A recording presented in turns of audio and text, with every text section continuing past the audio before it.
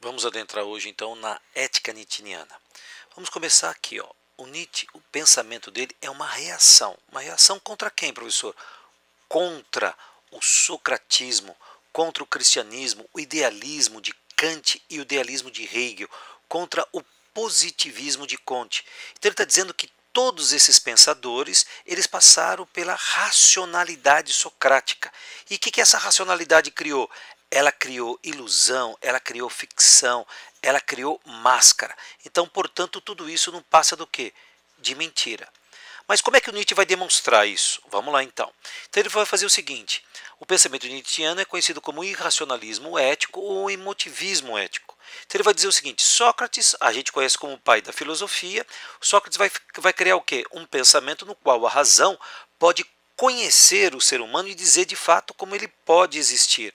Então, portanto, Sócrates criou uma espécie de um rio caudaloso, enorme, certo? Professor, isso está parecendo uma autoestrada, pode ser, uma autoestrada socrática. E que todo depois foram seguindo esse pensamento socrático. O cristianismo, Kant, Hegel, Comte, todos eles vão pilotar o seu carro ou beber da mesma fonte, ok? Então o que o Nietzsche vai fazer? Nietzsche vai dizer o seguinte: Sócrates ele tentou entender e dominar a vida através do quê? Da razão. Esse cara, Sócrates, para Nietzsche é extremamente presunçoso. Então, portanto, isso trouxe a decadência da humanidade. Como assim decadência da humanidade? Ótimo, agora Nietzsche vai utilizar o quê? O seu martelo para demonstrar isso. Então ele vai bater em tudo. Ele vai dizer, olha, valores universais, valores que são eternos, absolutos, esses valores morais, não passa de mentira. O que é vida para Nietzsche? Olha, vida para ele é irracionalidade cega, é dor, é destruição. Como assim, professor? Então vamos fazer o seguinte: ele vai ver que a vida está regada por dois princípios, o dionisíaco e o apolíneo.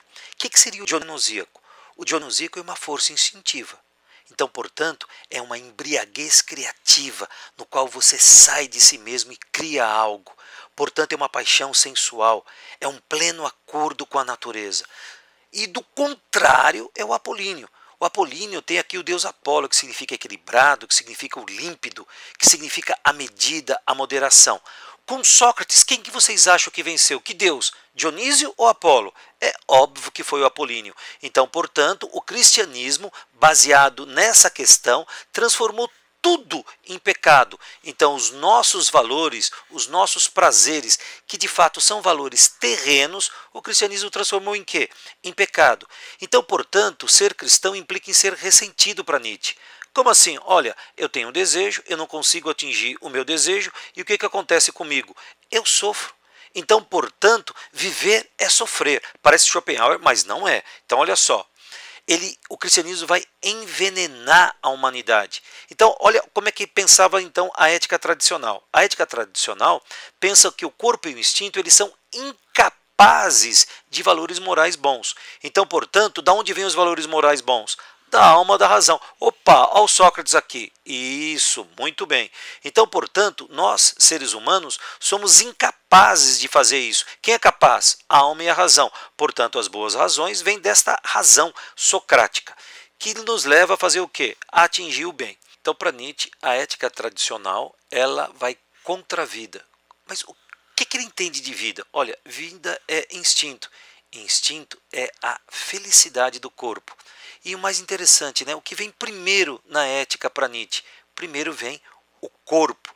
E o mais interessante, se não houver corpo, não há alma, não há razão. Então, portanto, existe aqui aquilo que ele vai chamar de vontade de poder. Vontade de poder faz a gente pensar o seguinte: olha, o poder é bom, muito bom, totalmente o contrário da ética tradicional. Então, portanto, o que é existir para Nietzsche? Existir é lutar. Então, portanto, vida o que é? É competição. E vida é hierarquia, e ela vai estabelecer a antinomia de bravos e covardes e de senhores e escravos. Portanto, Nietzsche vai pensar em quê? Na aristocracia do guerreiro. O que significa isso?